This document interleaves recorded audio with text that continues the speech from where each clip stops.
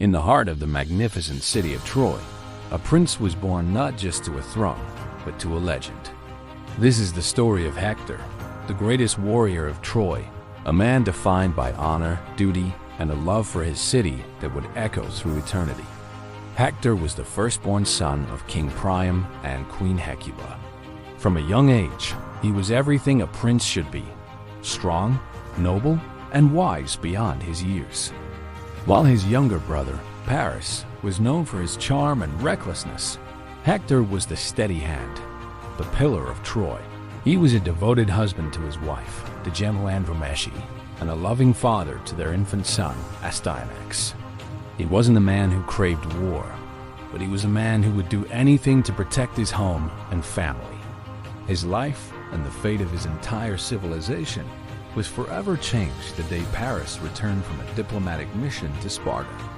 He didn't come back alone. With him was Helen, the most beautiful woman in the world, and the wife of the Spartan king Menelaus. Hector immediately saw the disaster this would bring. He confronted his brother, urging him to return Helen and avert the inevitable war. But Paris, blinded by love, refused. Hector, bound by his loyalty to his family and his city, knew what he had to do. He would stand and fight, not for Paris's folly, but for the walls of Troy and the people within them. Soon enough, 1,000 Greek ships descended upon the Trojan shores, led by the fierce king Agamemnon. The Trojan War had begun. For 10 long years, the battle raged. The fields outside Troy became a theater of heroes and gods. And through it all, Hector was Troy's unyielding champion. He was their greatest hope. His skill with a spear was legendary, and his command on the battlefield was unmatched. He inspired courage in his soldiers and struck fear into the hearts of his enemies. He was known as the tamer of horses, a testament to his mastery in both combat and leadership.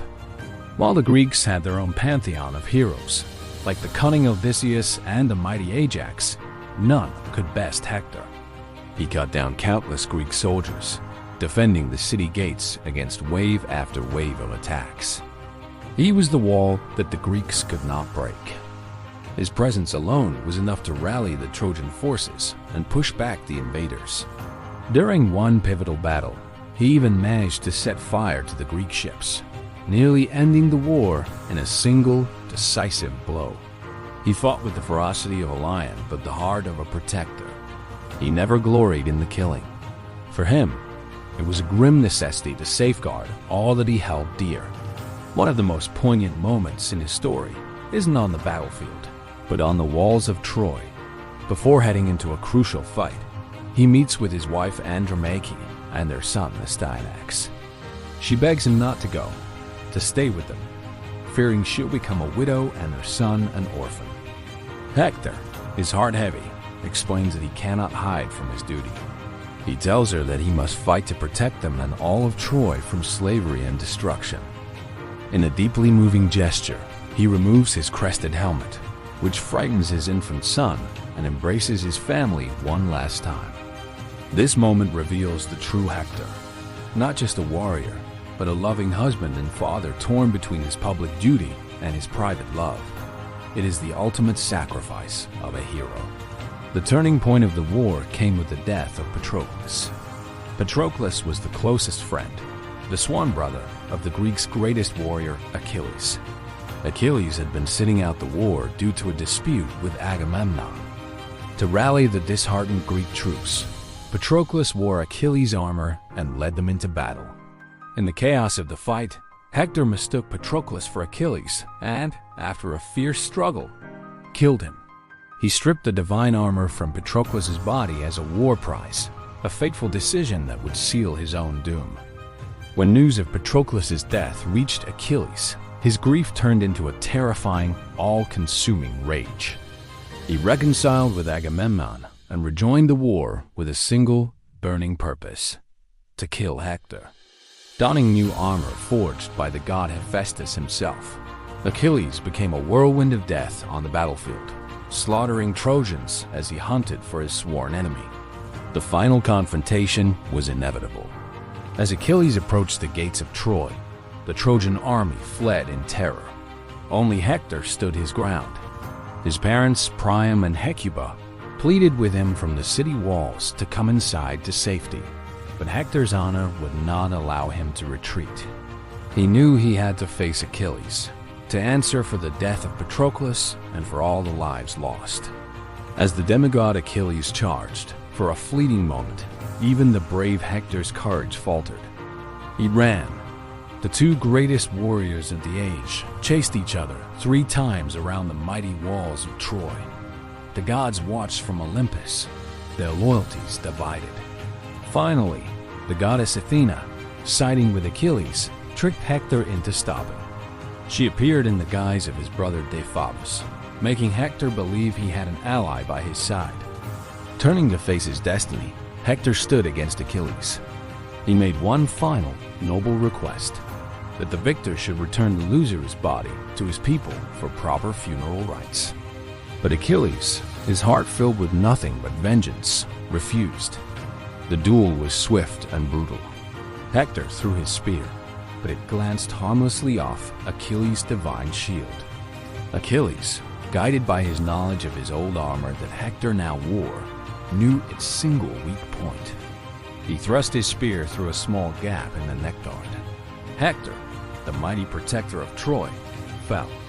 In his dying breaths, he foretold Achilles' own death at the hands of Paris, a final prophecy from a fallen prince. But Achilles' rage was not satisfied. In an act that horrified both mortals and gods, he tied Hector's body to the back of his chariot and dragged it through the dirt around the walls of Troy in full view of his grieving family and city. For days, he desecrated the body, but the gods, particularly Apollo, protected it from decay and injury. The grief in Troy was immeasurable. The loss of Hector was the loss of hope itself. The old king Priam, his heart shattered, decided on a desperate, unprecedented act. Guided by the god Hermes, he journeyed alone and in secret to the Greek camp. He entered the tent of Achilles, the man who had killed his son, and knelt before him, kissing his hands and begging for the return of Hector's body. Moved by the old king's grief and courage, and reminded of his own aging father, Achilles' rage finally subsided. He wept with Priam. He agreed to return Hector's body, and even granted a 12-day truce for the Trojans to conduct a funeral. Hector's body was brought back to Troy, and the city that he had defended so valiantly was consumed by mourning. Andromache, Hecuba, and Helen all led the lamentations, each remembering the kindness, bravery, and nobility of the fallen hero. For 9 days, the Trojans prepared his funeral pyre. On the 10th day, they set it alight, and the entire city paid its last respects to their beloved prince. With Hector's death, the fate of Troy was sealed. The city's greatest defender was gone, and its walls would soon fall to the trickery of the Trojan horse. But the story of Hector did not end with his death.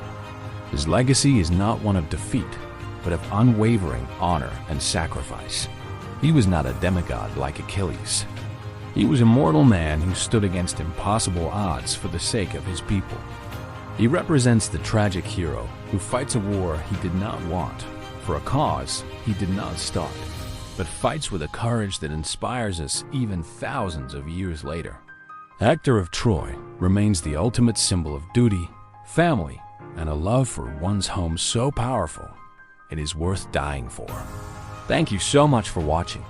If you enjoyed this journey into the Age of Heroes, please hit that like button and subscribe for more tales from history and mythology. Let us know in the comments which legendary figure you'd like to see next. Until then, stay curious.